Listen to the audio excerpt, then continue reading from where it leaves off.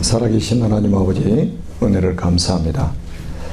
2024년 벌써 첫 달이 지나고 두 번째 달 첫 주일에 우리 청년 온담 메시지를 또 선포할 수 있도록 인도해 주신 하나님께 감사를 드립니다. 아멘. 주의 말씀은 내 발의 등이요 내 길의 빛이니이다. 한 번도 살아보지 않은 2024년 한 해를 하나님의 말씀 따라가는 우리 청년들이 되게 하여 주옵소서. 아멘. 길이요 진리요 생명이신 그리스도 따라가는 청년들이 되게 하여 주옵소서. 아멘. 나의 감정이나 여론이나 분위기 따라 살지 않게 해주시고 오직 하나님의 말씀 따라 오직 진리를 따라 살아가는 믿음의 사람들이 되게 하여 주옵소서. 아멘. 이 시간에도 말씀 받기 위해서 모인 우리 청년들에게 하나님의 성령의 기름을 부어 주시옵소서. 아멘. 그래서 평생을 천국 복음 전하는 전도자로 살아가도록 역사해 주옵소서. 아멘. 우리는 이 자리에 앉아 있지만 지금도 237개 나라 5천 종족의 전도 선교의 문들을 열어주시고 또 제자의 문을 열어주시고 렘넌트의 문을 열어주시고 산업의 문을 열어주셔서 하나님의 마음을 시원케 해드릴 수 있는 전도자로 선교사로 살아갈 수 있도록 역사에 주옵소서. 아멘. 또 미래 중직자 준비를 하는 우리 청년들이 되도록 축복해 주옵소서. 아멘. 이 시간에도 하나님 말씀을 단순히 귀로 듣지 않게 해주시고 마음으로 영으로 받는 하나님의 사람들이 되게 하옵소서. 아멘. 우리 주 예수 그리스도의 이름으로 간절히 기도드립니다. 아멘. 아멘.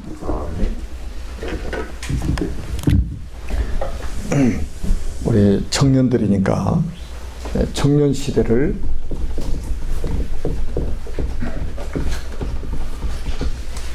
열어라라는 제목입니다. 저는 이제 종종 제가 이제 우리 청년들 모임 때 간증을 하잖아요. 저는 하나님이 은혜로 우리 집안의 그 큰형님이 교회를 가장 먼저 다니셔가지고 저하고 이제 15년 차인데 그 형님을 따라서 이제 교회에 발을 밟게 된 거예요. 어렸을 때부터. 이제 그게 그렇게 해서 이제 교회를 다니기 시작했는데 중간에 다니다 말다를 반복을 많이 했죠. 그때는 이제 복음 모르지, 구원에 대한 비밀도 모르지.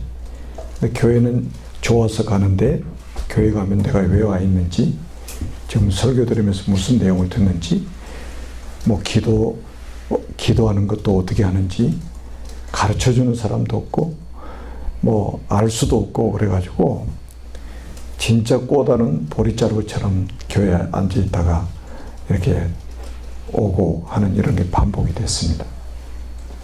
그러다가 이제 25살 때 우리 애미 몇 살이지? 저요? 28. 네. 28. 25살인 줄 알았더니 그래서 그 인생의 전환점이라는 게 저는 전환점이라는 단어, 그 터닝 포인트, 이거를 정말로 실감한 때가 그때였어요. 그때 인격적으로 그 주님을 만나게 된 체험을 하게 됐는데, 그러니까 내가 주님을 찾아간 게 아니고 주님이 나를 찾아오신 거잖아요. 그래서 이제 주님을 만나면서 25살 때 행복을 찾았어요. 행복. 배운 게 아니고 행복을 찾았습니다. 말로 표현할 수 없는 행복이잖아요. 그러니까 그 마태복음 13장 44절 밭에 감추인 보화를 발견한 그 농부처럼 그렇게 살았어요. 25살 때부터.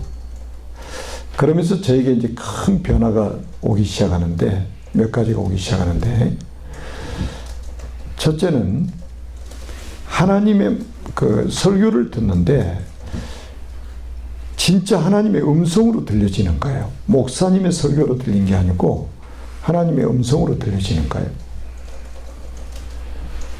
그러니까 목사님이 강단에 설교를 하시는데 모든 설교를 나를 위해서 하는 것처럼 들리는 거예요. 목사님이 찬송을 선곡하는 것도 전부 나를 위해서 하는 것처럼.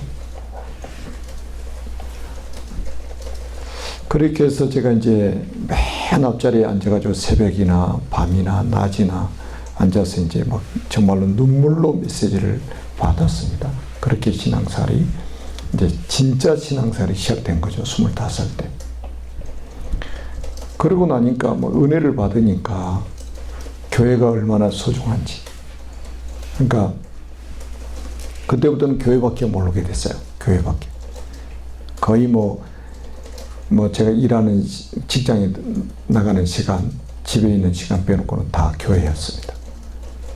청년 때. 그러니까 어디 뭐 놀러를 간다, 뭐 공휴일날, 주일날, 뭐 친척 행사하는 데 간다, 그런 거 한 번도 없었습니다. 나를 이렇게 행복하게 해주신 분, 나를 구원하신 분, 나를 자녀 삼으신 분, 그분이 너무 좋으니까 저는 인생을 당연히 교회 생활에 올인을 했어요. 그리고 이제 그러니까 이제 교회 주인의식이 생기니까 처음에 했던 게 제가 교회 청소부터, 목사님이 시켜서도 아니에요. 나에게 이 주님을 만나게 한 이 교회, 그러니까 이 나에게 매주 매일 새벽에 말씀을 주시는 이 교회가 얼마나 소중한지 더 이상 소중한 게 없었어요, 저한테. 그래서 교회 청소부터, 그러니까 정말로 광이 나도록 교회 청소했습니다. 누가 알아주든지 몰라주니까 나하고는 아무 상관없어요. 나는 하나님 앞에 사는 거예요. 이런 변화들이 막 일어나. 저는 성품상 그렇게 못해요. 내성적이고 정말로 숫기가 없어가지고 사람들 앞에 서지도 못하고 남의 집 가서 밥도 못 먹고 막 그랬던 사람인데, 이런 변화들이 막 일어나는 거예요. 그리고 또 하나 이제 또 변화되는 게 뭐냐면, 영혼 사랑하는 마음이, 그 영혼 사랑하는 마음이 이 막 영혼 사랑하는 마음이 그렇게 생기는 거예요. 그러니까 여러분들은 이제 어떻게 하는지는 모르겠지만, 저는 이제 뭐 주일학교 교사, 중고등부 교사, 뭐 찬양대, 뭐 청년회 임원, 청년회 회장, 다 이런 걸 과정을 겪고 왔는데, 진짜 완전히 올인했습니다. 제가 우리 주일학생들을 맡았을 때는, 주일학교 교사할 때는 새벽 예배 끝나고 교회 청소하고 집에 가서 씻고 밥 먹고, 그리고 동네 한 바퀴 애들 잠자는 애들 다 깨워가지고 그리고 교회를 왔어요. 그래도 내가 제일 항상 먼저 와요. 그걸 누가 시킨다고 할 수 있겠어요?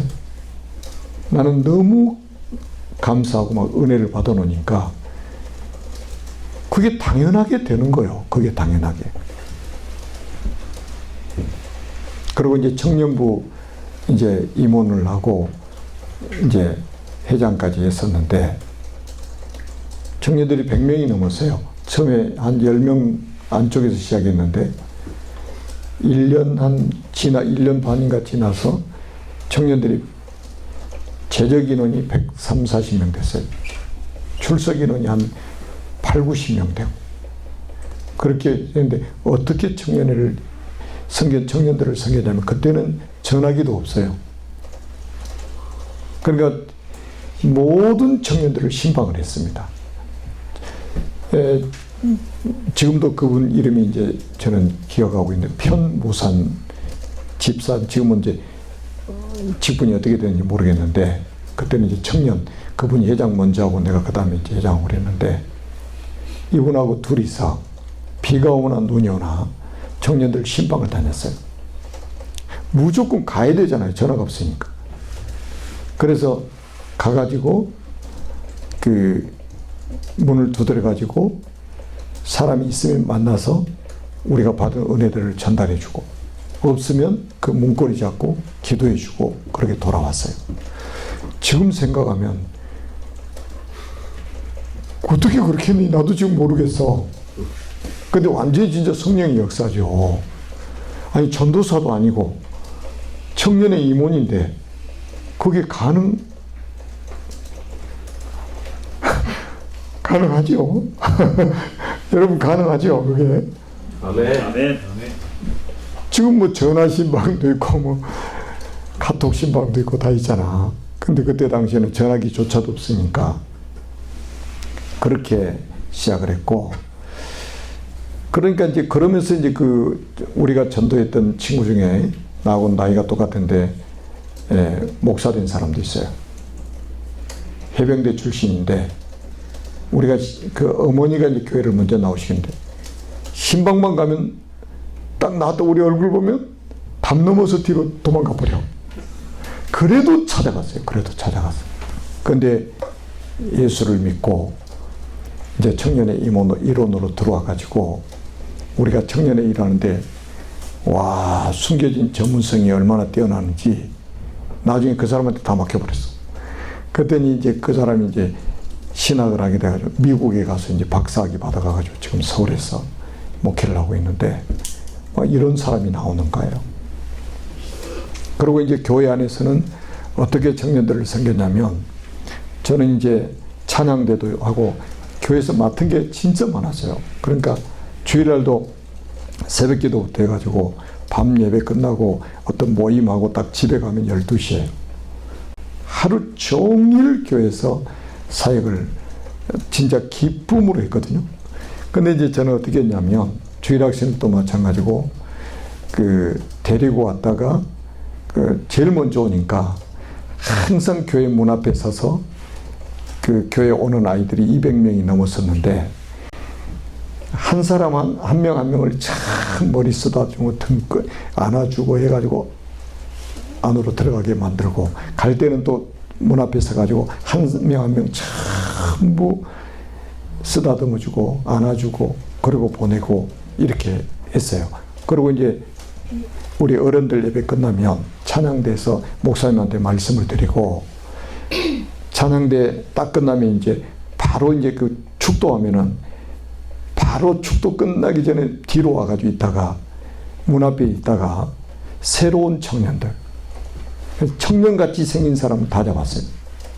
그러니까 우리 청년부 그 자매들한테 그 친교부라고 해가지고 부서가 청년 안에도 있었는데, 그 방 하나에다가 이제 청년부실에다가 그 음료수 같은 거 딱 준비 미리 해놓고, 청년 같은 무조건 그 방으로 그 방으로 가서 상담이 오면 결혼해가지고 애도 있고 막 그래.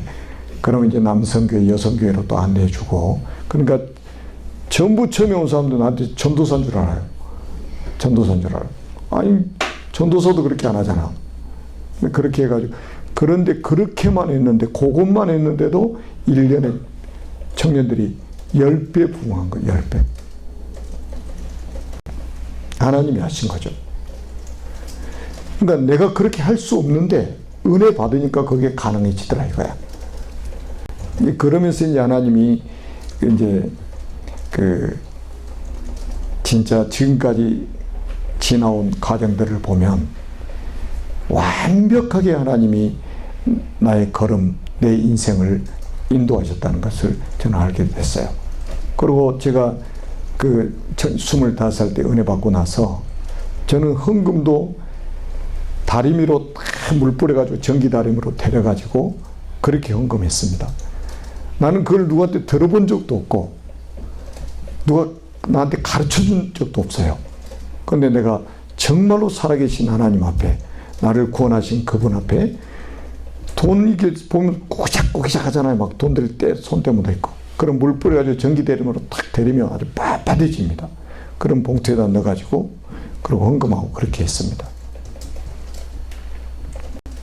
그런 것들이 아무것도 아닌 것 같았는데 나는 너무 감사해서 했을 뿐인데 지금 하나님은 나에게 복을 주셔서 지금 우리 교회에 복을 주셔서 내가 지금 올해 이제 만으로 63세인데 만 나이로 제가 너무 좋아. 63세인데 전 세계를 다니면서 이렇게 복음을 전할 수 있는 자리에 있게 하신 게 얼마나 감사한지 모릅니다. 육신적으로 뭐 어떨 때는 좀 피곤할 때도 있지만 정말로 얼마나 행복한지 몰라요. 진짜 밭에 감춘 보화를 발견한 그런 농부 같은 그런 마음이 지금도 변함없이 25살 때부터 지금까지 그 느낌, 그런 그 영적인 스피릿이 지금도 계속되고 있습니다. 그래서 여러분도 진짜 여러분이 얼마나 복을 받았는지, 여러분이 얼마나 복을 받았는지 아마 알게 될 겁니다. 아멘. 지금 이 시대는 아주 급변하고 있잖아요. 급변하고 있죠. 지금 여러분 뉴스 봤겠지만 테슬라의 일론 머스크라는 사람이 세계 최초로 자기 뇌에다가 칩을 이식을 해가지고 성공했잖아요. 그리고 중국의 과학자들이 이 뇌에다가 무선 컴퓨터를 이식을 했어요. 앞으로 어떤 일이 벌어질지 모릅니다. 그리고 지금 여러분도 잘 알다시피 지금 식당에 가면 로봇이 홀서빙을 하죠. 봤습니까? 호텔에도 좋은 호텔들은 룸 서비스를 로봇이 다니면서 합니다. 이런 시대가 됐어요. 그리고 지금 여러분 그 몇 년 전에 그 RTC 방송에서 아마존 물류센터 보셨죠? 세계적인 그 아마존 세계적인 그룹이잖아요. 기업이잖아요. 물류센터에 사람 한 명도 없어요. 전부 로봇이 다 합니다. 그 어마어마한 그 물류센터 안에 로봇이 다 사람 한 명도 없어요. 로봇이 다 합니다. 정리를. 자, 그리고 이제 여러분이 알다시피 지금 세계 최초로 삼성에서 지금 AI 장착한 폰을 지금 출시했잖아요. 대박이 났죠. 저도 샀습니다만.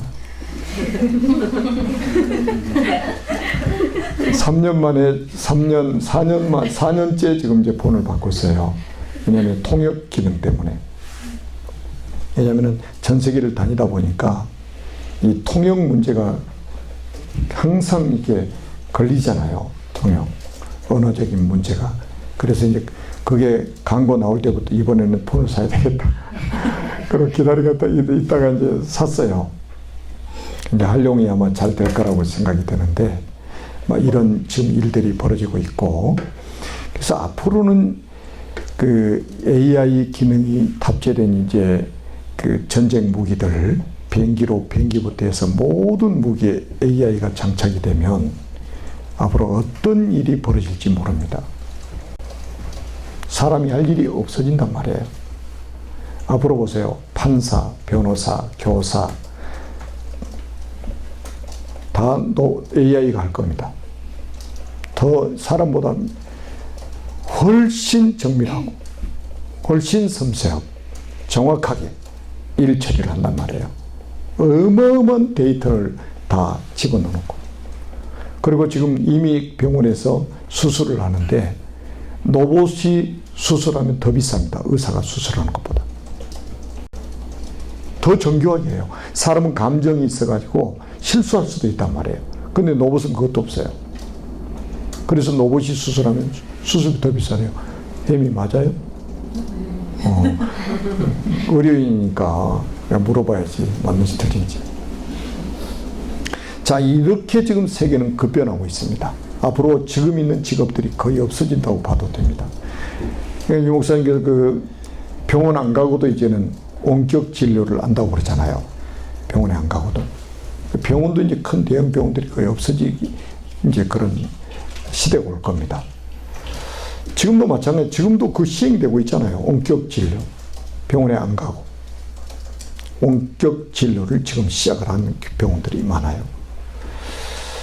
자, 이런 시대에 여러분들이 미래 준비를 어떻게 해야 되느냐. 이제 이런 게 이제 또 중요한 거잖아요.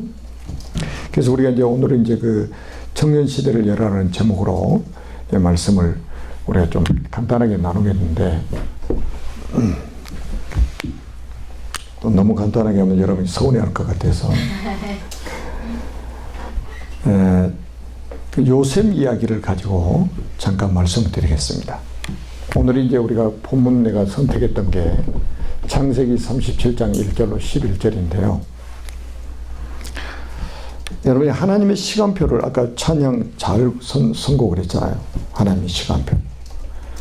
하나님의 시간표. 우리 인생을 향한 하나님의 시간표가 있는데 그게 뭐냐면 이게 뭐냐면 이 시간표는 뭐냐면 언약을 각인하는 시간표입니다. 창세기 37장 1절 11절.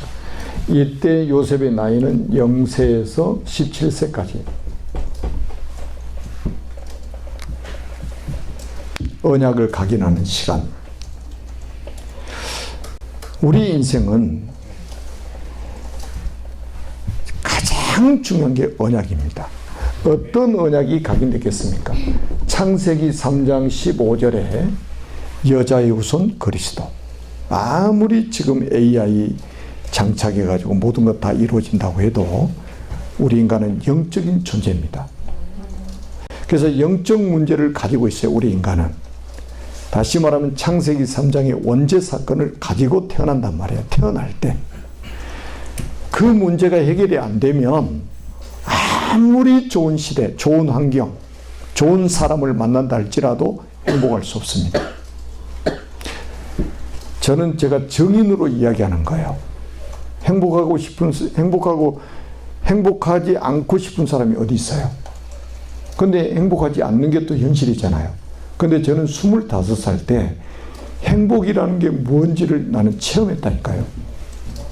배운 게 아니라 체험했어요.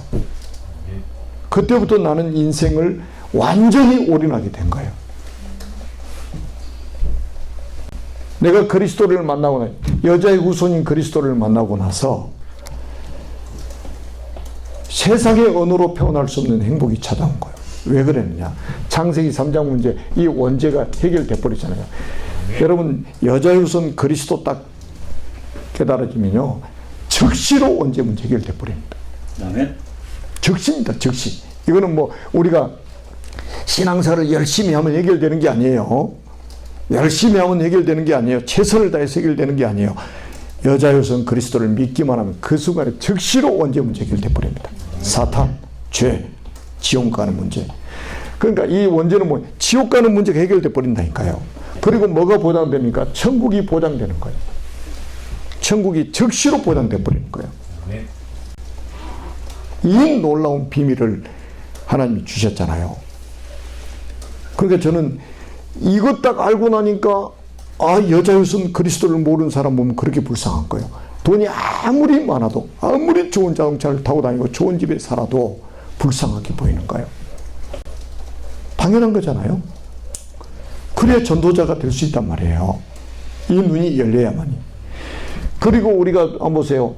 창세기 3장 21절에 가죽옷 사건 나오잖아요. 하나님이 무화과나무 옷으로 치마를 입은 아담과 하와의 옷을 벗겨버리고 피 묻은 가죽옷을 입혔잖아요. 피 묻은 가죽옷을 입혔잖아요.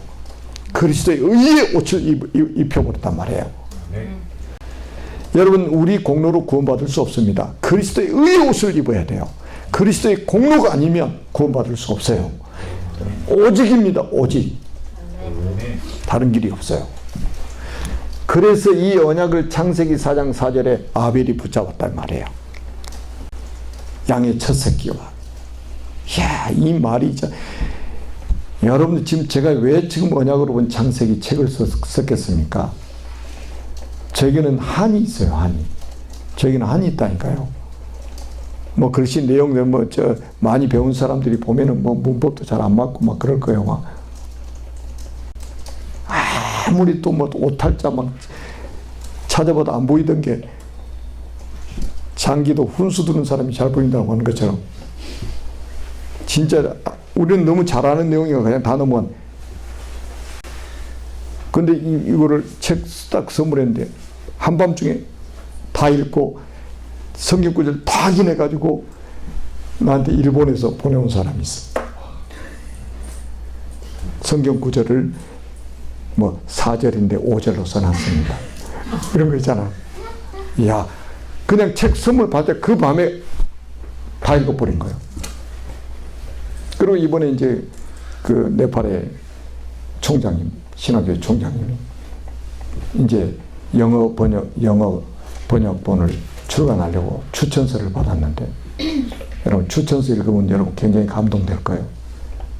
그 책을 면밀하게 처음부터 끝까지 다 읽고 그분이 또 저한테 전화 통화하면서 자기 이름이 올라가야 되니까 자기 이름이 올라가야 되니까 총장이라는 이름이 올라가야 되니까 제가 그 추천서 읽다 은혜 받았다니까. 나중에 한번 봐봐요. 진짜 이 그리스도의 언약이 담겨있는 그 언약으로 본 창세기 너무 중요합니다. 너무 중요해요. 내가 썼기 때문에 중요한 게 아니고 완전 복음서예요. 창세기가. 성경 66권이 완전 복음서로 보여야만이 진짜 우리가 증인으로 설 수 있는 거예요. 그리고 창세기 6장 14절에 너를 위해서 방주를 만들어라. 방주 되시는 그리스도. 방주 되시는 그리스도. 방주 안에 들어가지 않으면 다 죽습니다. 다 멸망받습니다. 방주 안에 들어와야만 삽니다. 그 말은 뭐예요? 그리스도 안에 들어오면 누구든지 삽니다. 그리스도 안에 들어오면 누구든지 구원받습니다. 밖에 있으면 아무리 착하게 살고 바르게 살고 정직하게 살고 좋은 일을 해도 지옥 갑니다. 이걸 설명해 주고 있잖아요. 그리고 여러분 뭐 다 이제 창세기 12장 1절로 3절에 보니까 우리의 믿음의 조상 아브라함이 하나님이 보여줄 땅으로 갔습니다.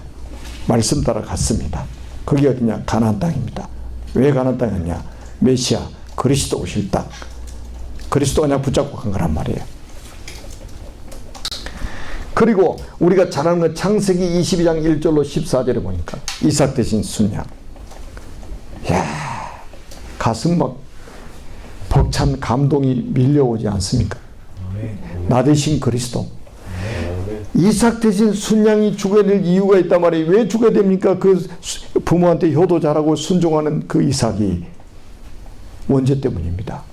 근데 이삭이 어떻게 살았습니까? 순양이 대신 죽어준 거예요. 우리가 왜 죽어야 됩니까? 원죄 때문입니다. 어떻게 살았습니까? 그리스도께 십자가에서 나를 대신해 죽어주셨단 말이에요. 내 죄를 짊어지고. 이런 언약들이 17년 동안 아버지를 통해서 요셉에게 전달이 되고 이게 각인되고 뿌리 내리고 체질화 될 거예요. 이 시간표가 반드시 있어야 돼요. 우리 인간에게는. 이게 이제 이렇게 인생 스케줄 있잖아요. 어렸을 때부터 이렇게 과정을 겪으면 좋은데 중간에 우리가 예수를 믿는 경우가 많이 있잖아요. 그래서 우리는 어떤 시간적인 것보다는 사람이라면 반드시 이 시간이 있어야 된다.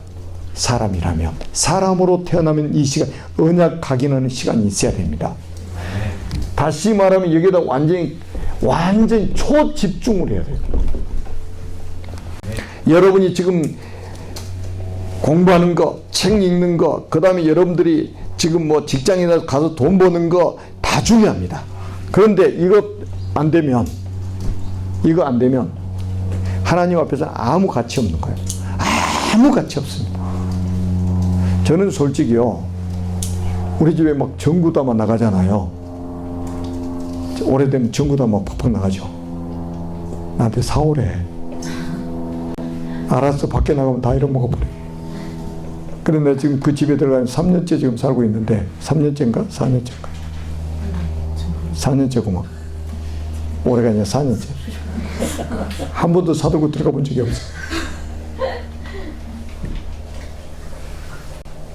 그럼 내가 그걸 잘했다고 말하는 게 아니야. 나는 누워있어도 이거 생각이야. TV 봐도 이거 생각이야. 신문을 봐도 이거 생각이야.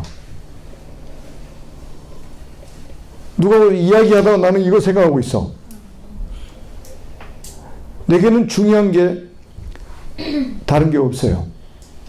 나는 내 주머니에 돈이 얼마 있는지 나는 몰라요. 내 지갑 속에 돈이 얼마 있는지 나는 한 번도 내가 계산해 보거나 해본 적이 없어요. 누가 내 주머니에 돈 가져가도 나는 몰라. 그 어쩌다 보면 양복 바꿔 입으면 돈이 들어있는 거야. 언제 너는 돈이 있지? 항상 나는 그렇게 살아요. 근데 이것만큼은 24시요. 이것만큼은 24시입니다. 왜냐? 이게 바로 생명이기 때문입니다. 아멘. 아멘. 우리 청년의 때에 여러분이 중간에 예수를 믿고 들어왔다면 이 시간을 가져야 됩니다. 아멘. 여기다 투자를 해야 돼요. 아멘. 완전 집중하는 시간이 필요합니다. 아멘. 이게 생명이니까. 아멘. 생명이잖아요. 아들이 있는 자에는 생명이 있고 하나님의 아들이 없는 자에는 생명이 없느니라. 아멘. 여러분 요한일서 5장 12절에 사도 요한이 이야기했잖아요. 아들이 있는 자에는 생명이 있고 하나님의 아들이 없는 자에는 생명이 없느니라. 단언이잖아요. 단언. 이게 생명인데 이 시간표가 없다면 큰일 납니다. 어느 날 사단이 공격하면 사단이 보입니까? 사단이 예고를 합니까? 예고하고 와요? 사단이? 예고 없이 사단이 박살내버리는 거예요. 완전히 무너져 버립니다. 인생 비참하게 된단 말이에요. 저는 그거를 수도 없이 봤어요. 내 주변에서 수도 없이 봤습니다. 그렇게 잘 나가던 사람이 어느 날 사단에게 한 방 맞아가지고 KO 패당해버리는 거예요. 여러분 왜 언약을 각인해야 되냐? 이게 바로 능력이기 때문에 그렇습니다. 네. 여러분 잘 아실 겁니다. 고린도전서 1장 24절에 보니까 그리스도는 하나님의 능력이요 하나님의 지혜니라고 했단 말이에요. 하나님의 능력. 여러분 뭐가 능력입니까? 그리스도가 하나님의 능력이고 하나님의 지혜란 말이에요. 네. 그래서 나는 그래요. 솔직히 저는 뭐 잘하는 게 하나도 없어요. 그래서 나는 또 감사해요. 내가 너무 잘하는 게 많으면 내가 너무 세상적으로 잘났으면 그거 자랑하러 돌아다닐 거예요. 그러면 하나님은 용도 폐기합니다. 여러분 내가 능력이 있으면 얼마나 있습니까? 여러분 사람 차에 부딪히면 10m씩 떨어져 나가버리잖아요. 대단한 존재 같은데 아무 힘이 없는 거예요. 여러분 그리스도가 하나님의 능력이고 하나님의 지혜입니다. 아멘. 그래서 그리스도의 언약이 우리 속에 각인돼야 된단 말이에요. 여기에 집중을 해야 돼요. 아멘. 여러분 다른 데 집중하면 큰일 납니다. 아니 이거 외에 집중하는 건 집중이 아니고 집착입니다. 그리고 이거는 뭐냐? 이게 바로 축복이고 이게 바로 응답이고 아멘? 아멘. 우리는 뭔가를 그 눈에 보이는 것을 소유해야만이 그걸 축복이라고 생각한단 말이에요. 그걸 응답이라고 생각하는 거예요. 근데 여러분 그리스도를 아는 것이 축복 아닙니까? 아멘. 아멘. 왜냐하면 여러분들이 잘 알잖아요. 골로새서 2장 2절로 3절 그리스도는 하나님의 비밀이고 그 안에 지혜와 지식의 모든 보화가 감춰 있느니라. 아멘. 야, 여러분 이거 진짜 요 말씀이 진짜 여러분 믿어지고 체험됩니까? 아멘. 저는 여기다 올인했거든요. 올인하게 하나님 만드셨어요. 제가 이 동네 개척하러 왔을 때 주변에 아파트 하나도 없었어요. 완전히 그야말로 시골 전형적인 동네예요. 동네 몇 가구 안 되잖아요. 근데 산속에 그 동네 옥상에, 저 맞은편 동네 옥상에, 해관 옥상에 딱 올라가서 동네를 착 바라보고 하나님 앞에 이제 우리 같이 세 명이 왔어요. 세 명이. 저를 위해서 2명이 따라와 줬어. 그래서 딱 무릎 꿇고 손잡고 3명이서 기도했어요. 그 자리에서. 하나님, 제가 여기 와서 목회를 해야 됩니까? 집도 없고 아무것도 없는데, 그런데 놀라운 게 제 마음속에 네가 목회할 곳이다 라고 말씀이 마음속으로 들려지는 거예요. 그래서 그 결단을 하고 매주 제가 도시락 싸가지고 주일날마다 내려왔어요. 목사님께 말씀을 드리고, 저 개척하겠습니다. 어디서 개척할 건데? 저 산속에다 돗자리 펴놓고 해야 돼. 그래서 진짜 산속에 돗자리 펴놓고 동네 애들 불러다가 도시락 까먹으면서 교회 개척 시작했잖아요. 저는 가진 게 돈이 없어요. 돈도 없고 배경도 없고 도와줄 사람도 없고 누가 도와줄 기대도 안 했어요. 저는 이게 믿어지는 거예요. 그리스도 안에 모든 게 다 있다는 게 믿어지는 거예요. 그러니까 아무도 도와줄 사람도 이야기 돼 있는 사람이 없어요. 그런데 저는 개척을 하겠다고 나왔어요. 그러다 매주 주일날 내려와가지고 예배 드리고 도시락 먹고 또 오후 예배 드리고 그리고 또 올라갔습니다. 산속에다가 소나무 숲속에 돗자리 펴놓고. 그렇게 시작이 됐어요. 우리 교회가. 여러분, 진짜 이 시간표를 언약 각이라는 시간, 사람이라면 이게 필요하다니까요. 그 다음에 두 번째는 창세기 39장 1절에서 6절, 창세기 39장 이제 또 전체가 다 있지만 어떤 시간표가 있어야 되냐면, 이 땅에 우리가 살아가는데 전문성을 키우는 그런 시간이 꼭 필요합니다. 이 땅에 살아가는데 전문성이 필요해요. 전문성이. 그래서 이때가 이제 뭐냐면, 요셉이 17세에 형들에 의해서 노예로 팔려갔잖아요. 그래서 30세에 애굽의 총리가 돼서 30세까지 이것 준비한 거예요. 하나님께서. 전문성 준비하는 시간표를 하나님 주신 거예요. 17세에 형들에 의해서 팔려갔단 말이에요. 애굽으로.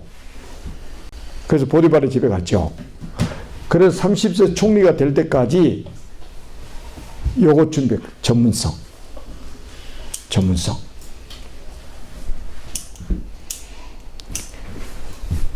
자, 누구 집에 갔다고요? 보디발의 집으로 갔다니까요. 보디발의 집에. 여기서 뭐가 되냐? 가정총무가 되는 거예요. 엄청난 승진을 했죠. 아니, 노예로 팔려간 사람이 가정총무. 이 보디발이 어떤 사람이냐면 왕의 시대장입니다. 다시 말하면 왕의 경호대장이에요. 그래서 이 집이 얼마나 엄청난 집이냐면, 감옥이 이 집에 있어. 왕궁에서 죄 지은 사람들 있잖아. 잡아 가두는 감옥이 이 집에 있다니까. 보디발의 집에. 왕당을, 세계를 움직이는 애굽 왕의 다음 가는 권세자요. 그러면 이 사람이 얼마나 엄청난 이 경제를 가지고 있는지 아시겠죠? 가정총무. 그래서 여기서 뭐를 배우게 되냐면 완전히 경제 전문가가 되는 거예요. 살림을, 경제를 책임지고 딱 맡아 관리한다니까. 그 집안의 경제를. 어마어마한 경제예요. 집에 있으면 이걸 배울 수 있는 기회가 없어요.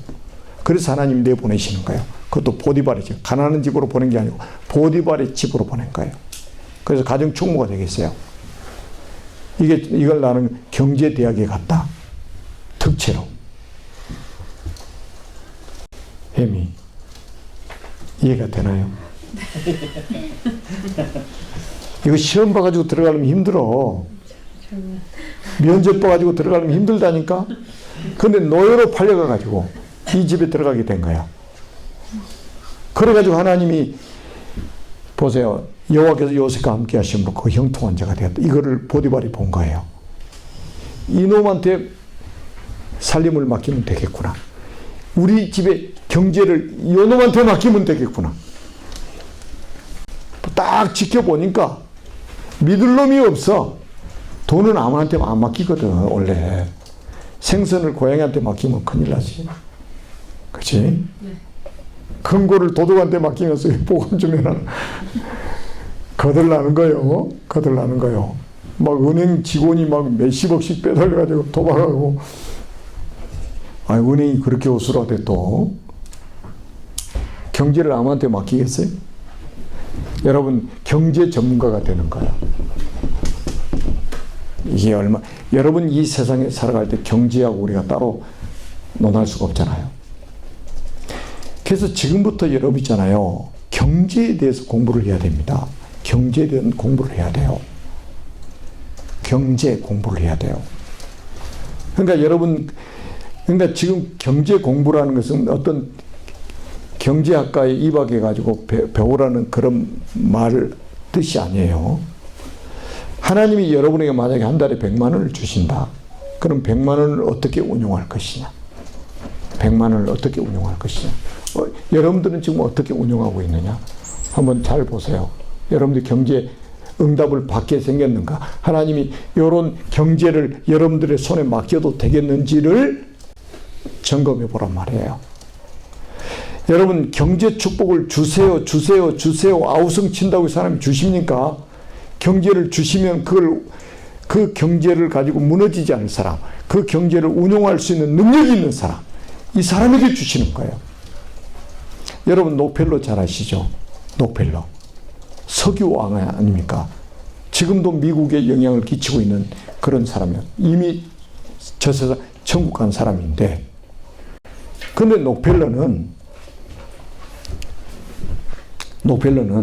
어머니가 제대로 된 경제교육을 시킨 거예요. 11조는 네 돈이 아니야. 하나님의 것이야. 이렇게 해가지고 11조는 하나님의 것이니까 하나님께 드려라. 이래가지고 어렸을 때부터 십계명처럼 가르친 거예요.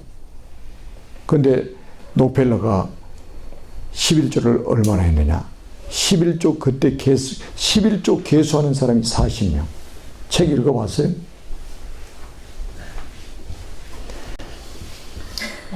한 명만 있어도 좋겠어. 한 명만.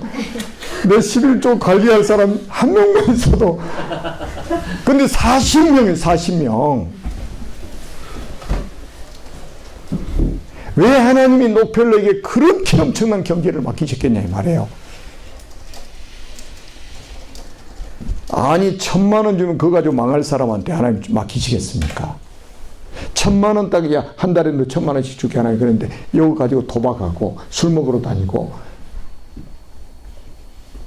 관광하러 돌아다니고 이럴 사람한테 하나님이 딱 지켜보고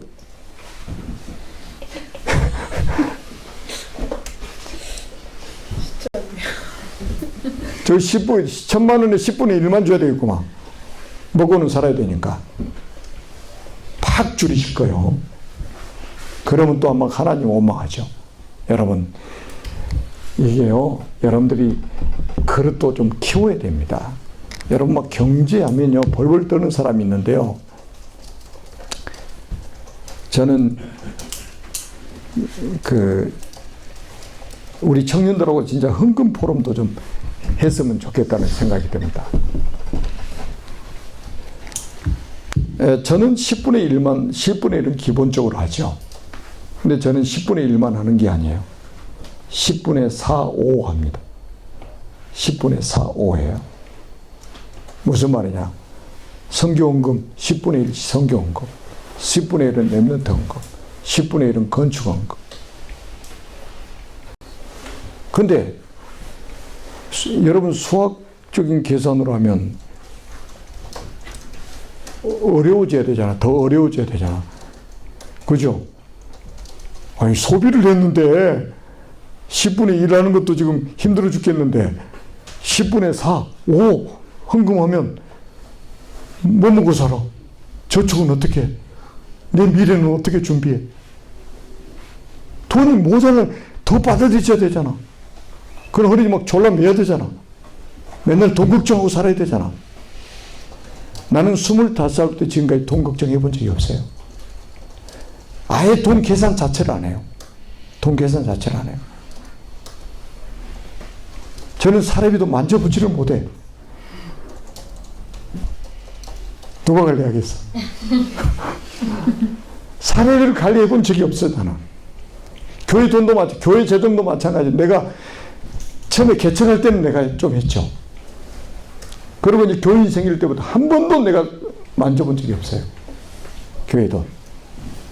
중간중간에 얼마냐 물어본 적도 없어요. 하나님 앞에 딱 맡긴 거예요. 하나님의 절대 주권을 딱 믿는 거예요. 경제에 대해서만큼. 아멘. 여러분, 우리의 생명의 주인도 하나님이신데 경제의 주인은 누구십니까? 하나님 아닙니까? 아멘. 진짜 우리 청년들이잖아요. 여러분, 지금 아주 중요한 시기예요. 지금 나는 청년 온단 메시지를 처음 해달라고 그래서, 아니, 교회 온단 메시지도 있고 본부에서 온단 메시지 했는데 또 생겨 처음으로 지금 청년 온단 메시지 따로 해달라고 그래서 좀 처음에는 그냥 온단 메시지 들어가려고 하다가 가만히 생각해 보니까 이게 맞아, 이게 정상이야. 이게 정상이야. 이런 진짜 우리 청년에 맞는 메시지를 받아야지. 아멘. 청년 때 준비해야 될 메시지를 받아야지.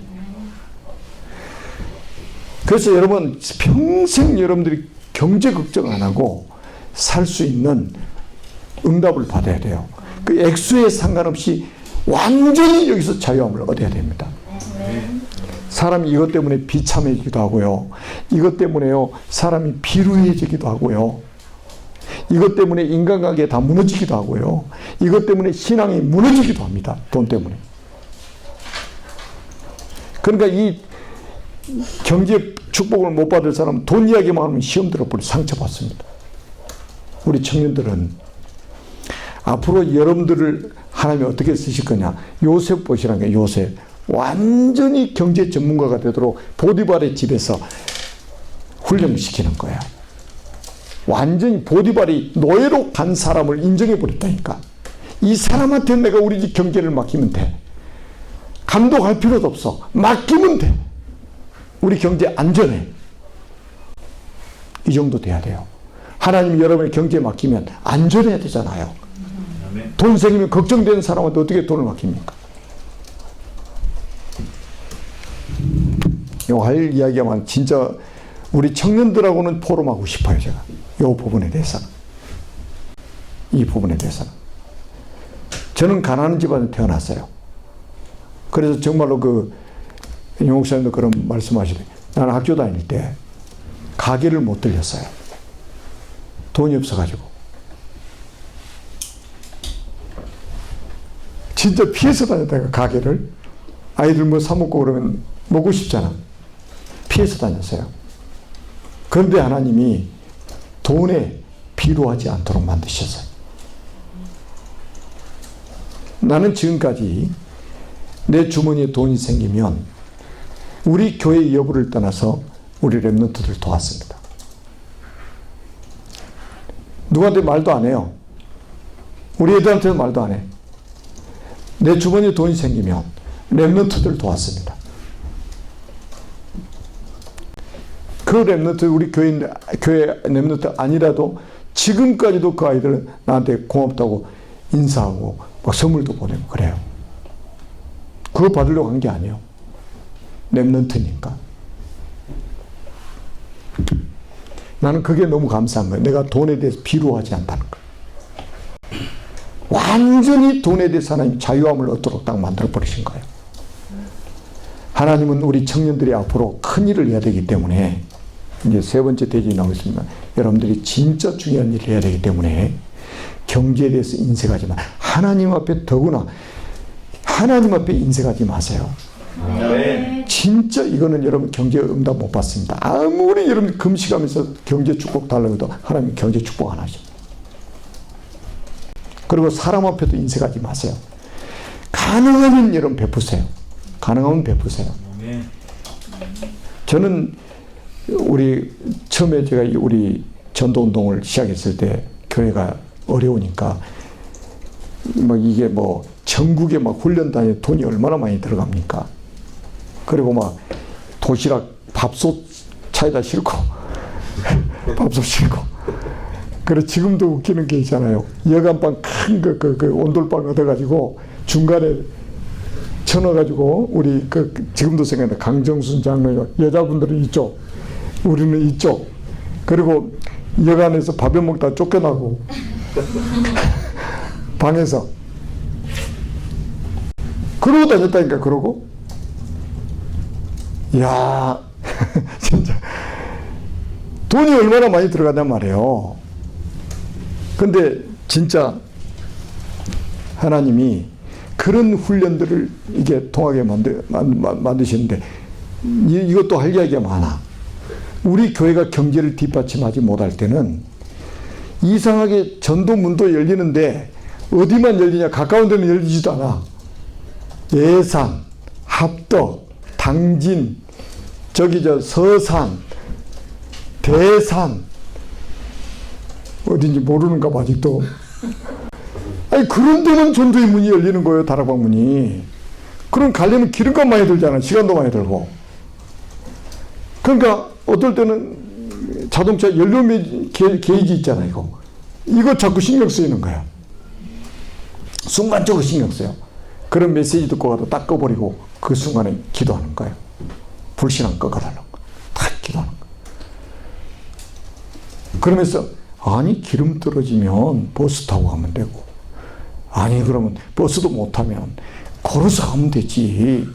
뭘 걱정해 내가. 이걸 왜 걱정해 내가. 그리고 딱 꺾고 딱 가면 현장에도 다 준비해 놓은 거예요. 하나님이.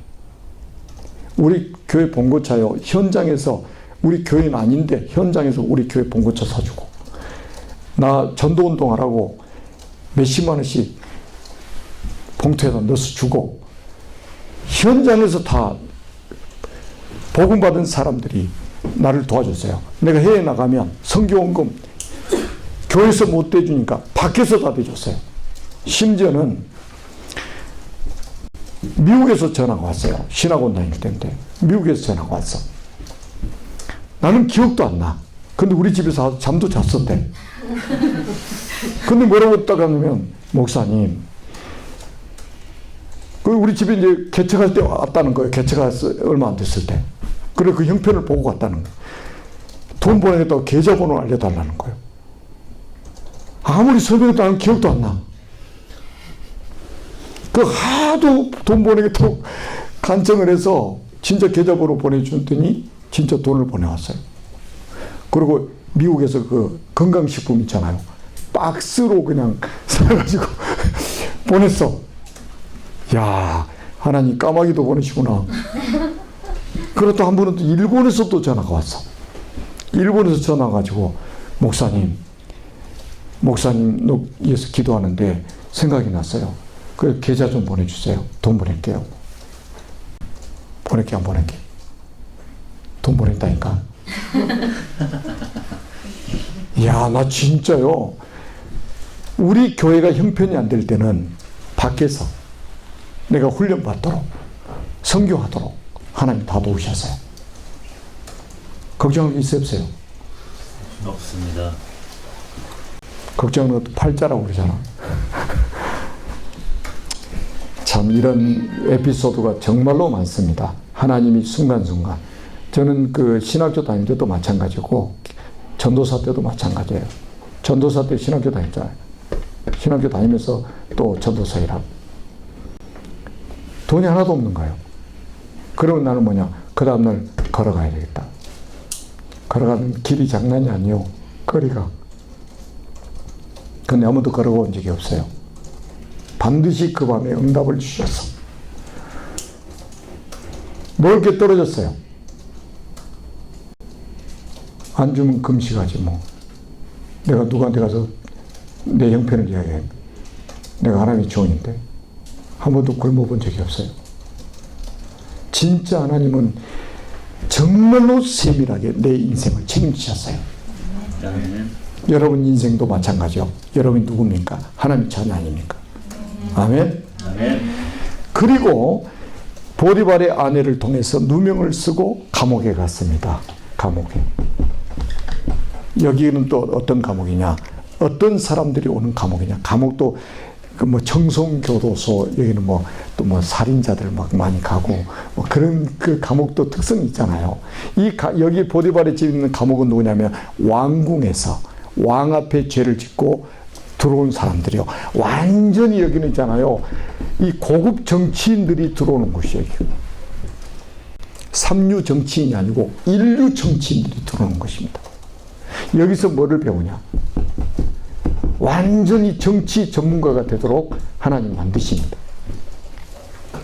술 맡은 간원장, 떡 굽는 간원장이 여기 들어왔잖아요. 이 사람들하고 소통하면서 정치를 배우는 거예요. 한 번도 배워본 적이 없단 말이에요. 정치에 대해서. 요셉이 17년 동안 무슨 청소년 시절까지 정치를 어디서 배웁니까? 하나님이 너무나도 완벽하게, 하나님이, 그러니까 보디발의 아내가 얼마나 감사합니까? 누명을 씌운 보디발의 아내가 얼마나 감사해요. 아니 여기 저 경제대학 졸업시켜준 여인이잖아요. 그리고 정치대학으로 또 특채로 들어가게 한 아주 은혜를 끼친 여인이잖아. 나쁜 여인이 아니고 아주 좋은 여자요. 이 여자가 아니었으면 여기 못 들어가, 여기 감옥에. 그러면 가정 총무로 평생 살다가 인생 끝. 그런데 하나님이 보세요. 이 전문성 준비시키려고. 전문성 준비시키려고. 그래서 여러분, 우리 지금 우리 정치를 보면 완전히 극단이잖아. 극단. 좌파 우파 이래가지고 완전 극단이잖아요. 야, 몇 년 전에 그 익산인가 어딘가, 저 군산인가 어딘가 하여튼 가서 이제 목회자 세미나를 하는데 와서 강의 좀 해달라고 그래서 갔어요. 이제 목사님 몇 분이 갔는데 내가 이제 하루 늦게 갔어. 그러더니 먼저 갔던 목사님이 나한테 이야기하더라고. 정치 이야기하다가 싸움 날 뻔했대. 목사님들끼리 싸움 날 뻔했대. 정치 이야기하다가. 우와. 그리고 이제 그 우리 지금 예람이 있잖아. 예람이가 그러더라고. 예람이가 나한테 목사님이 강단에서 노골적으로 뭐 찍으라, 어디 찍으라, 어디 찍으라. 노골적으로 막 이야기한다는 거야. 근데 이제 예람이도 싫고 자기 부모님도 그거 싫어한대요. 그렇게 말하는 거. 그러니까 극단이요, 극단. 그런 정치를 못 배운 사람들이에요. 여러분, 우리는 완전히 지금 요셉은 여기 감옥에 들어가 정치를 배웠는데 살리는 정치. 살리는 정치. 이거 지금 야당, 여당이 전부 죽이는 정치잖아요. 살리는 정치를 배워야 된다는 말이에요, 지금. 우리는 정확하게 어느 관점에서 봐야 돼요. 나는 전라도 사니까 전라도 찍어야 된다. 나는 경상도 사는 경상도 찍어야 된다. 이런 것까지, 이런 정도 가지고는요, 절대 하나님의 쓰임 못 받습니다. 여러분, 여기서 뭐가 나오냐면, 세계관이 나오는 거예요. 세계관. 여러분, 세상 나라가 있고, 사탄의 나라가 있고, 하나님의 나라가 있단 말이에요. 이거 못 보면 그렇게 되는 거예요. 사탄의 나라와 하나님의 나라, 세상 나라, 이거를 이렇게 세상을 보지 않으면 그런 극단주의 정치인이 되는 거예요. 아니, 예수 믿는다고 하는 사람들까지도 극단적인 정치인이 돼가 정치 색깔을 가지고 있단 말이에요. 절대 큰 인물이 될 수가 없습니다. 하나님 앞에서는 절대 크게 쓰임 못 받아요. 그래서 앞으로 여러분 정치를 제대로 배워야 됩니다. 지금 237 나라 우리 그러잖아요. 237 이건 우리 대한민국도 237 나라 중에 한 나라잖아요. 세상 나라. 여기에 하나님의 나라가 아니면 사탄의 나라가 개입하느냐에 따라 어떤 나라가 개입하느냐에 따라 완전히 달라져 버립니다. 완전히 달라져요. 그래서 우리가 이런 눈으로 안 보면 올바른 세계관을 가지지 않으면 진짜 정치, 살리는 정치를 할 수 없게 되는 거예요. 여러분 야당도 살려야 되고 여당도 살려야 되고 아멘? 호남도 살려야 되고 저기 어디요? 영남. 그러니까 모두를 살려야 된다면 모두를 아멘? 그게 하나님이 원하시는 정치요. 그 다음에 여기서 이제 뭡니까? 여기서 흑암을 이길 수 있는 비밀. 창세기 39장에 딱 나오죠. 39장 전체에 보면 나오잖아. 이 말이 뭡니까? 여호와께서 요셉과 함께 하셨다. 이게 비밀이에요. 이게 뭐면 흑암 경제를 이길 수 있는 답입니다. 흑암 정치를 이길 수 있는 답이에요. 여호와께서 요셉과 함께 하심으로 그가 형통한 자가 돼요. 이 비밀을 가지고 있어야 돼요. 우리 청년들이 이 비밀을 가지고 있어야 됩니다. 요셉은 첫 사회생활을 보디발의 집에서 했고 감옥에서 했습니다. 어떻게 보면 첫 직장 생활이 보디발의 집에서 노예 생활을 했어요. 여기서 뭘 가지고 승리했냐? 이 비밀을 가지고 승리한 거예요. 여호와께서 요셉과 함께 하셨다. 이거를 보디발이 보고 그 집사람들이 봤다 이거예요. 딱 여러분을 보니까 하나님이 함께 하시네? 이게 보여져 버리면 되는 거예요. 불신자가 봤다 이거 그렇게 봤다 이거예요. 그런데 보통 크리스찬들이 뭐라고 그러냐? 저 불신자 때문에 불신자 상사 때문에 나 직장생활 못 하겠다는 거예요. 맞는 말이에요? 맞죠? 그러니 세계복음 어떻게 합니까? 불신자 상사 때문에 내가 직장생활을 못 하겠다 이렇게 말을 하는데 어떻게 세계복음 합니까? 여호와께서 요셉과 함께 하시면 것입니다. 아멘. 아멘. 그치예요. 그 다음에 우리가 창세기 41장 38절에서 49절에 보니까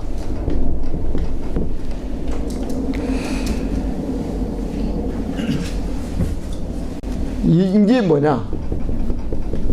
세계선교 시간표가 된 겁니다. 이때 나이가 뭐냐? 30세에서 110세까지. 110세에 요셉이 죽었잖아요. 시니어 죽을 때까지. 선교, 세계선교. 이 시간표 딱 온 거예요.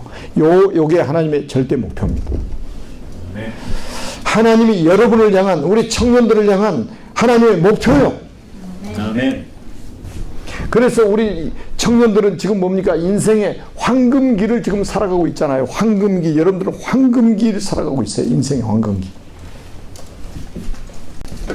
이때 여러분 요셉은 선교의 최전선에서 쓰임받았습니다. 자, 이 정도 딱 준비되니까 있잖아요. 여러분 이 요셉이 바로왕 앞에 딱 서게 됐는데 그때 나이가 30세 41장 46절에 보니까 나이가 나오잖아요. 요셉의 나이가 30세 청년 황금기 여러분 때잖아요. 이 요셉이 세계를 움직이는 왕 앞에 서가지고 인생의 답을 줍니다. 인생의 답을 줘요. 이게 중요한 거예요. 전도 선교는 뭐냐? 인생의 답을 주는 거예요. 답을 주는 거예요. 그랬더니 이 왕이 보세요. 왕이 얼마나 유쾌하고 상쾌하고 통쾌했는지. 여러분 사람을 유쾌하게 만들고 상쾌하게 만들고 통쾌하게 만드시기 바랍니다. 사람을 걱정되게 만들고 근심시키고 이렇게 살면 안 돼요. 돈 있고 없고 이게 문제가 아니에요. 요셉은 감옥에서 바로 나가지고 왕 앞에 섰어요. 무슨 재산이 있습니까? 아무것도 없잖아요. 가진 게 아무것도 없어요. 근데 하나 가진 게 있어요. 요겁니다. 이걸 가지고 있단 말이에요. 답을 가지고 있단 말이에요. 그래서 바로왕 앞에 서가지고 인생의 답을 딱 줘버리니까 이 왕이 얼마나 그 영혼이 유쾌하고 상쾌하고 통쾌했는지 완전히 요셉을 서비스 자리에다 바로 세워버린 거예요. 그게 총리입니다. 여러분이 만약에 직장 생활할 때 여러분 사장님이나 부장님이나 차장님이나 뭐 직장 상사들이 많이 있잖아요. 그분들에게 여러분 인생의 답을 딱 줘버린다. 그러면 그 사람이 유쾌하고 상쾌하고 통쾌하다. 여러분 어떻게 하겠어요? 그냥 놔두겠어요? 서비스 자리로 가는 것은 어렵지 않습니다. 이거 못하니까 서비스 자리에 못 올라가는 거예요. 영적 서밋은 서밋인데 세상 서밋이 될 수가 없는 거예요. 인생에 답을 못 주니까. 우리 대한민국의 대통령 중에 장로 출신이 김영삼 대통령, 그 다음에 이명박 대통령, 그리고 총리했던 분은 여러분이 되죠. 그런데 보니까 전부 국립묘지 가서 이거 하고 있고, 또 절에 가면 불교 신자 합장하고 또 절하고. 나는 그런 거 딱 볼 때마다 이거를 못하고 있단 말이에요, 지금. 인생의 답을 못 주고 있는 거예요. 정치 아무리 잘하면 뭐합니까? 인생의 답을 못 주는데. 대통령 하면 뭐합니까? 인생의 답이 없는데. 그러니까 어려워지는 거예요. 자, 우리 이제 청년들은 꼭 기억하셔야 말이에요. 여러분들이 가는 모든 현장에, 여러분 만나는 모든 사람에게 인생의 답을 줘버리라. 아멘. 여러분 인생의 답이라는 건 사람은 태어나면서 창세기 3장 문제를 가지고 태어나는 거, 원죄를 가지고 태어나는 거야. 이 문제를 해결해 줄 수 있는 답을 여러분들에게 주셨단 말이에요. 이 답을 줘가지고 그 영혼이 사단의 손에 해방을 받으면 어떻게 되겠어요? 유쾌하고 상쾌하고 통쾌하게 될 거 아닙니까? 아멘. 그래서 여러분들은 이런 인생의 답을 주는 여러분 이제 청년 중직자로, 청년 산업인으로. 여러분 요셉은 엄청난 산업인입니다. 왕이 있잖아요. 이처럼 여호와의 영에 감동된 사람 우리가 보지 못했다고 그러냐. 어디서 찾겠느냐. 그러면서 바로 총리 되게 만들었잖아요. 그러면서 뭐라고 그랬어요? 왕이 딱 요셉한테 자기 인장반지 있잖아요. 지금 말하면 이게 뭐예요? 인감. 이거를 딱 빼가지고 요셉의 손가락에 띄워주고 자기가 타고 다니는 병거 있잖아요. 이거 요셉한테 주면서 너 타고 다니는 거야. 그리고 전국을 총리해. 그리고 네 허락 없이는 애굽 땅에 손발을 노릴 사람이 없다. 이야, 손발 움직이는 것도 요셉의 허락을 받아야 돼. 전 세계 경제를 딱 장악해 버린 거예요. 엄청난 산업인요. 아멘. 아멘. 그리고 청년 때 이미 정치인이 된 거예요. 아이, 나는 본가였으니까 정치에 관심은. 거짓말하지 마세요. 우리 사람은 정치가 중요한가요? 살리는 정치. 아멘. 아멘. 직장에서도 정치를 해야 돼요. 살리는 정치. 아멘. 아멘. 교회에서도 교회 정치라는 게 있어요. 신학도 하면 교회 정치 배웁니다. 살리는 정치. 인간 사회에 살아가는데 정치가 굉장히 필요한 겁니다. 그런데 지금 정치인들이 잘못된 정치를 하고 있단 말이에요, 지금. 왜? 세계관을 모르기 때문에 그렇습니다. 자, 그러면서 나중에 보세요. 요렇게 딱 되니까 나중에 보세요. 완전히 자기 민족을 다 살리잖아요. 애굽으로 다 이동해가지고 자기 아버지 형제들 70명이 넘는 사람이 애굽으로 다 들어가서 애굽에 요셉이 총리로 딱 돼가지고 세계를 움직이는데 거기 가서 완전히 고센 땅을 차지하고 완전히 VIP, 그것도 VVVVVIP 고센 땅에서 자기 민족이. 그 그리고 나중에는 뭡니까? 완전히 전 세계를 살리는, 요셉 한 사람을 통해서 전 세계를 살려버려요. 30세에 총리 돼가지고 110세에 죽을 때까지 하나님이 요셉을 통해서 이렇게 세계 선교까지 이루어지도록 만드셨습니다. 자, 결론입니다. 자, 여러분들은 이제 지금 답을 가지고, 자, 여러분들의 언약이 좀 여러분 스스로가 볼 때 나는 좀 더 확실해져야 되겠다면 앞으로 기초 메시지들 있잖아요. 계속 우리 우리 부장님하고 회장 임원들이 여러분들 그 청년들 한 분 한 분 다 점검해 가지고 진짜 기초 메시지들을 듣도록 도와주고, 그래서 언약이 각인되도록 해서 한 사람 한 사람이 전부 세워지도록 만들어야 돼요. 아멘. 아멘. 그리고 우리 청년들은 청소를 해도 완전히 전문성 띄어가지고 청소를 해도 제대로 해버리라 이 말이에요. 심부름해도 제대로 하고. 아멘. 아멘. 네. 그러면 이런 시간표가 오게 됐다니까. 세계복음만 딱 할 수 있어요. 세계복음만, 세계 성경 문을 하나님 딱 이것 때문에 요 앞에 거 딱 준비하는 거야 하나님. 그래서 이제는 앞으로 우리 청년들이 요 메시지를 가지고 1년 동안 우리 청년들을 관리를 하세요. 어떤 관리를 하냐면, 청년들 중에 몸이 아픈 분들 있잖아요. 자, 이분들 여러분들 정말로 기도하면서 도와드려야 됩니다. 영적인 힘을 잃지 않도록. 그리고 또 하나는 뭐냐, 지금 타지에 나가 있는 청년들이 있습니다. 절대로 놓치면 안 돼요. 그리고 해외에 나가 있는 청년들, 해외에 나가 있는 청년들까지 완전히 소통이 돼야 돼요. 이 관리가 이루어져야 된다니까요. 우리는 한 동네에 지금 시골 동네 교회가 있지만 우리의 지경은 237개 나라입니다. 아멘? 아멘. 그런데 지금 서울 가 있는 청년을 우리가 돌보지 못한다면, 저 미국 가 있는 청년을 우리가 지금 관리를 못한다면, 아니 세계 복음하는 교회를 빼고 동네 복음하는 교회로 바꿔야지. 맞죠? 그 다음에 앞으로 있잖아요. 여러분들이 우리 지금 이 자리에는 이게 있어야 됩니다. 와 있는 다민족 청년들이 이 자리에 좀 같이 앉아 있어야 됩니다. 지금 우리나라가 다민족 국가 됐잖아요. 그런데 지금 다민족 청년이 한 명도 없잖아 지금. 그래서 앞으로 지금 여러분 지금 우리가 눈을 크게 열고요, 이런 메시지가 지금 다민족 이 보세요, 완전히 세계화, 세계 복음화, 237개 나라 복음 아닙니까?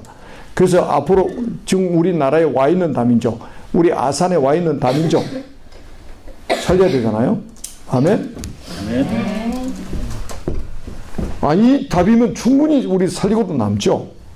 230개 나라. 그리고 이제는 선교도 아주 구체적으로 알아요. 구체적으로. 선교도 구체적으로 해라. 구체적이라는 말은 뭐냐? 내가 가는 선교사냐, 안 그러면 보내는 선교사냐, 여기에 따라서 구체적으로 해란 말이에요. 두루뭉실하게 그냥 하지 말고, 내가 보내는 선교, 내가 가야 되는데 내가 못 가고 다른 사람을 내가 보낸다면 어떻게 해야 되겠어요? 기도하고 헌금해야 될 거 아니에요? 우리 청년들이 이런 응답을 받아야 될 거 아닙니까? 아멘. 여러분들이 한번 외국에 비행기 타고 한번 나가보세요. 돈 얼마나 드는가? 그거 생각을 하면 내가 못 가는데, 내가 비행기 타고 가면 돈 얼마 들어요? 혜미 전번에 일본 갔다 왔는데 돈 얼마 들었어?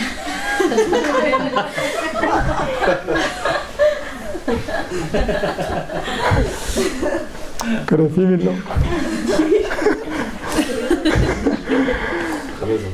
너무나도 막연하게 여러분 청년들이 노인같이 하지 마세요. 어린아이들처럼 하지 마세요. 너무나도 막연하게 하지 마세요. 내가 정말로 가야 되느냐 보내느냐에 따라서 거기에 우리가 선교를 구체적으로 해야 됩니다. 그리고 우리가 이제 차세대 선교사, 우리가 또 있잖아요. 차세대 선교사. 제가 어제 오늘 낮에도 말씀드렸던 것처럼 우리 강세율이 24일이 첫돌이요. 근데 앞당겨가지고 지금 어제 첫돌 감사예배를 드렸는데 제가 인명패를 만들어가지고 믿음과 실력, 영성과 지성을 겸비해 하고 하나님과 세상을 하는 복음의 리트로 세워져서 237 나라와 5천 종족을 살리는 차세대 선교사로 임명함. 아멘. 구체적으로 해야 될 거 아니에요. 그래서 내가 돈 들여가지고 패를 만들어가지고 전달했다니까. 자, 그리고 이제 한 가지만 더 말씀드릴게요. 저 오늘 밤 새우려고 그랬는데. 한 가지만 더 이야기한다면, 앞으로 있잖아요. 우리 교회 안에, 안 그러면 여러분들 교회 밖에라도 전문인들 있잖아요. 전문인 산업인들. 그러니까 전문인, 산업인들. 그러니까 외부에서 전문인 초청할 상황이 안 되면 특강한 것들 다 인터넷에 올라가 있습니다. 이거 같이 보고 인턴십 하는 거예요. 전문의들 모셔다가 인턴십을 해야 돼. 우리 청년 때 해야 됩니다, 이거. 그리고 우리 교회 안에 중직자 산업인들 한번 초청해가지고 제가 전에도 말씀드렸잖아요. 여기서 어떻게 응답을 받고 계시는지, 산업에서 돈 벌어가지고 어떻게 지금 하고 계시는지 한번 들어보시란 말이에요. 한 번씩 모셔다가. 그럼 밥 살 거 아니에요. 아니, 우리 중직자분들이 청년들을 얼마나 사랑해요. 얼마나 마음 담고 계셔요. 그러니까 여러분들이 조금 사랑받는 방법도 여러 가지요. 그렇게 좀 세워드리고, 그리고 그분들을 위해서 우리가 기도하고, 그분들 존경하는 마음을 우리가 가지고 그렇게 모신다면 우리 중직자들도 굉장히 여러분들을 더 마음에 담고 기도할 겁니다. 아멘. 아멘. 그래서 진짜 2024년 정말로 새로운 응답, 또 새로운 시작이 되기를 주님의 이름으로 축복합니다. 살아계신 하나님 아버지 은혜를 감사합니다. 2024년 청년 원단 메시지를 오늘 주신 것 감사합니다. 우리 모든 청년들이 오늘 말씀을 마음의 영혼 속에 각인 뿌리 체질화시켜서 이 말씀 그대로 응답받아서 증인으로 서게 하여 주옵소서. 237 나라 5천 종족을 살리는 증인들이 되게 하여 주시옵소서. 아멘. 우리 구주 예수 그리스도의 이름으로 간절히 축복하며 기도드립니다. 아멘.